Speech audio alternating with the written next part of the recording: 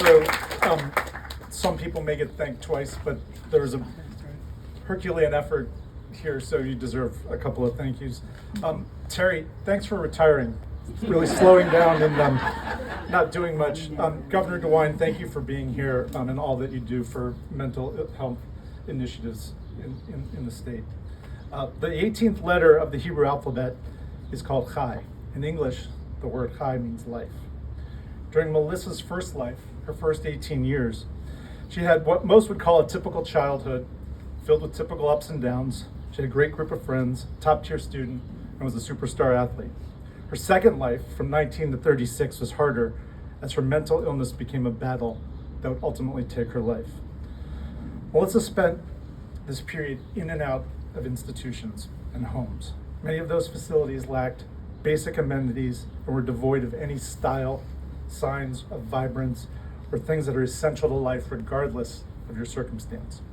The 18 years that follow her passing have been a struggle that has emboldened a community of family and friends against formidable foes in zoning commissions, angry neighbors, and other unknowns that would appear at 11th hour of a decision or a milestone. The last 10 years have been spent renovating and renewing common areas and group homes. We raise ourselves to the level of our environment, and if you're limited in your mental faculties, maybe it's possible that your environment can lift you. Psych wards and homes are typically dreary. Creating more visually pleasing accommodations for people living with mental health challenges can promote positivity. Beautiful spaces uplift moods.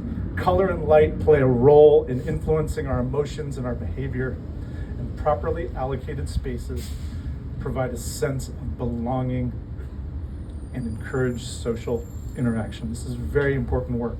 At our very first fundraiser, Linda Katz, who's here today, stood up and asked our guest speaker a simple yet meaningful question. What do we really need?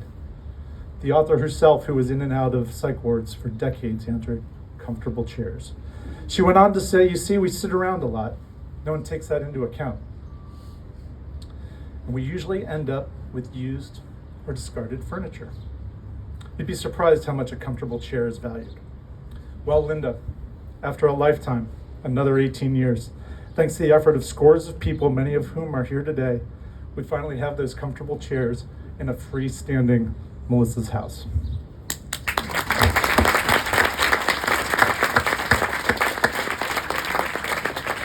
In addition to serving its future residents and the surrounding community, the house and its chairs stand as a testament to the fortitude and the never say die attitude of many people who we'd like to thank today.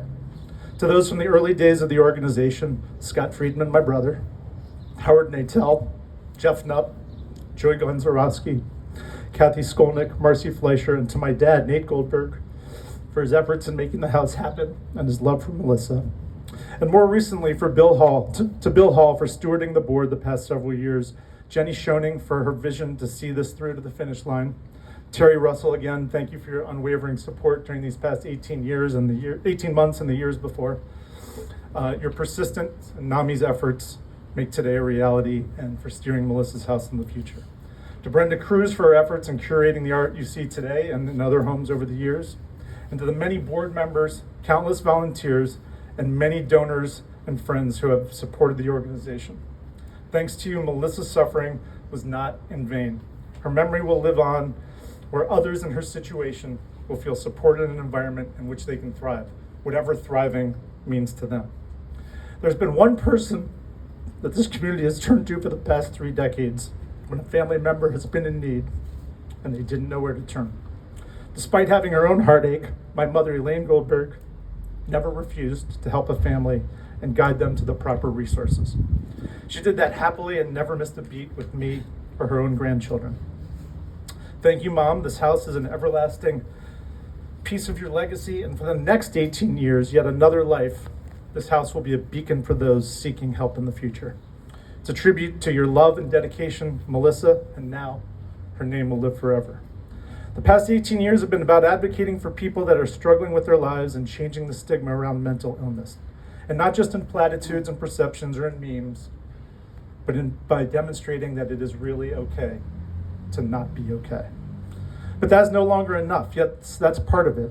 But we need strategies and actions. And we need to address things on a deeper level, providing resources to those in need. Today is a step in that direction. Here's to a healthier Ohio. Here's to a changing perception of mental well-being. And here's to the next 18 years. Thank you.